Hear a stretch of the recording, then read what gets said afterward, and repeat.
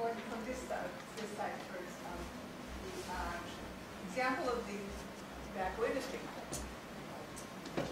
Hi, I did go about you mentioned the tobacco industry strategy and how successful it was at manipulating the language, etc., of science, and with deadly results. And it's been a few years, but the major lawyer came into Harvard Medical School and for 3 hours went and gave an overview of this journey that was to get to the light, how dangerous and deliberately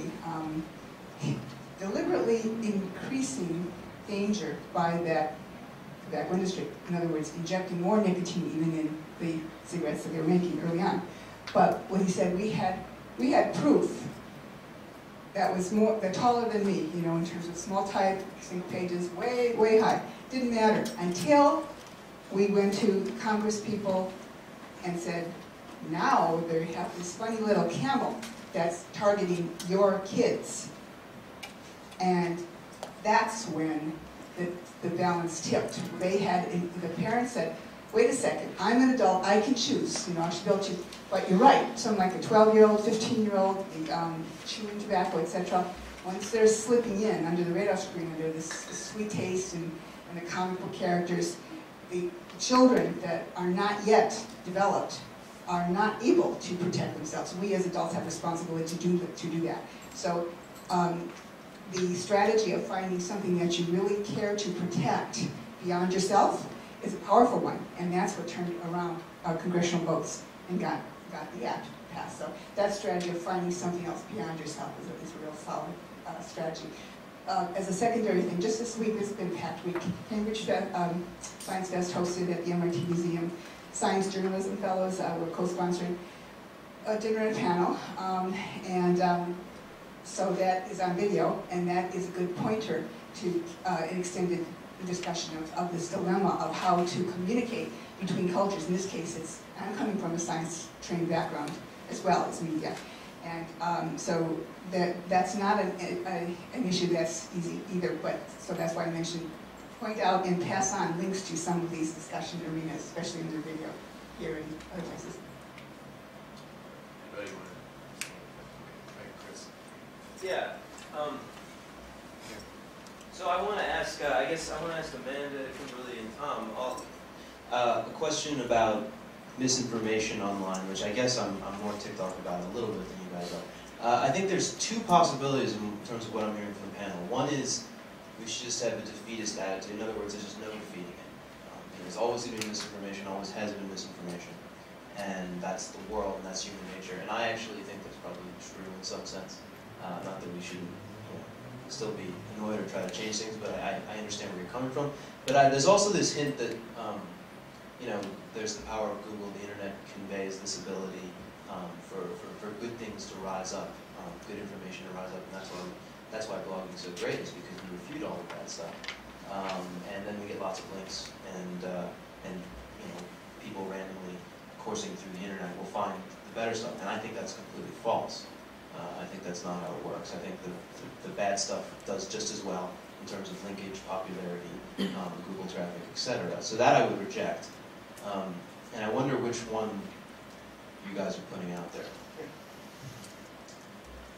I'm going to take a very quick crack at that. First of all, I mean, I think, yes, everything's the same as it's always been, but the changes matter. There was bad information in the 50s and 60s, and it was difficult to counteract for various reasons. There was very bad, information out there in the late 17th century, which is the period I spent the most time recently hanging out in. And, there was a penny dreadful press that would both, advance it and argue against it, all that sort of stuff. But some of the changes in the internet actually do make it possible to respond more effectively. And I think that's a net good thing. Even though, yes, both idiocy, but much more important, self-harm. My view is most of the bad stuff on the internet comes from people to whom it's very, very important, for one interest or another, not to know what they actually know. There's a sort of, there's a reason, and not simply malicious or foolish stuff. So that's number one. But it's certainly true, I agree with you. There's no reason to think that the bad stuff on the internet doesn't exist in exactly the same ecosystem as all the stuff that we think of as good stuff. And there are links and there are communities, and we all see it. You could say it's more powerful. I mean, Terry Pratchett in his book *The Truth* about newspapers retold the old phrase, the lie gets around the world while the truth is still getting its boots on it. But I think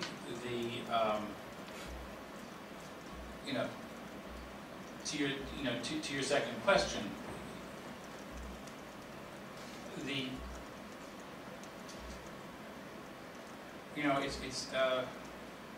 it's not the audiences that go first to the blogs that matter most. It's how the blogs fit in a larger media ecosystem. If smart blogging can move the New York Times, or if smart blogging can embarrass the Washington Post, blogs are not the only source. They're not even the most important source. They're probably not even in the top 5 that people get the ideas with which they organize their days around. The job is really to help nudge the much larger media environment into directions we prefer to see them in. And that's something where I think we do have an opportunity. I guess I'll respond. I'm a little bit in the middle. I don't agree with either premise. I think there is a population out there that you are never going to reach. With or without the internet, they're going to believe what they want to believe. These are the people who, are going to insist on lining their walls with tinfoil.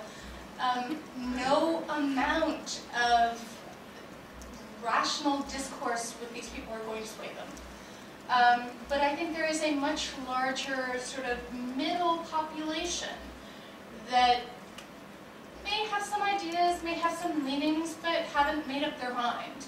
And I think that the internet provides an opportunity to reach them. It's not a guarantee. It's entirely possible they will land on Jenny McCarthy before they land on you. But they can land on Jenny McCarthy by turning on Oprah.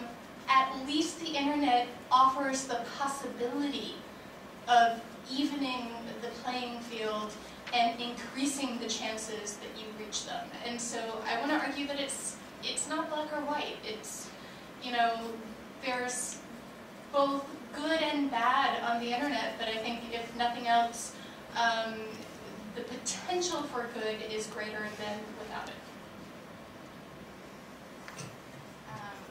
I guess I'll just say that I'm an optimist in the sense that I think you think really long-term, good information does end up rising to the top. I mean, you don't have people today, for the most part, arguing that the Earth is flat or something. I mean, if you think long term.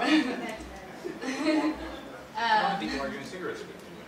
Right. Yeah. Exactly. So, I mean, I do think science wins at the end of the day. But obviously, you do want to work on a shorter time scale because you do want to influence policy and stuff like that. You don't want, your kids being taught bad biology in school or something. And I think, yeah, it's what everyone's sort of saying is you're going for like the swing voters, basically. I mean, you're not going to convert people who are radically on the other side. And I think that there is just a reason to differentiate between certain topics, like I said, like, ones that are tied to religion and things where people are just not going to generally give up their belief, even though I'm happy to fight those battles any day. But I think, if someone's reading the Huffington Post, and you think about the type of people that read the Huffington Post, and they come across Deepak Chopra explaining quantum mechanics badly, those are people that probably will respond if they see a quantum physicist explain, no, that's actually not how it works. So I think maybe it's a matter of, I think we can win certain battles.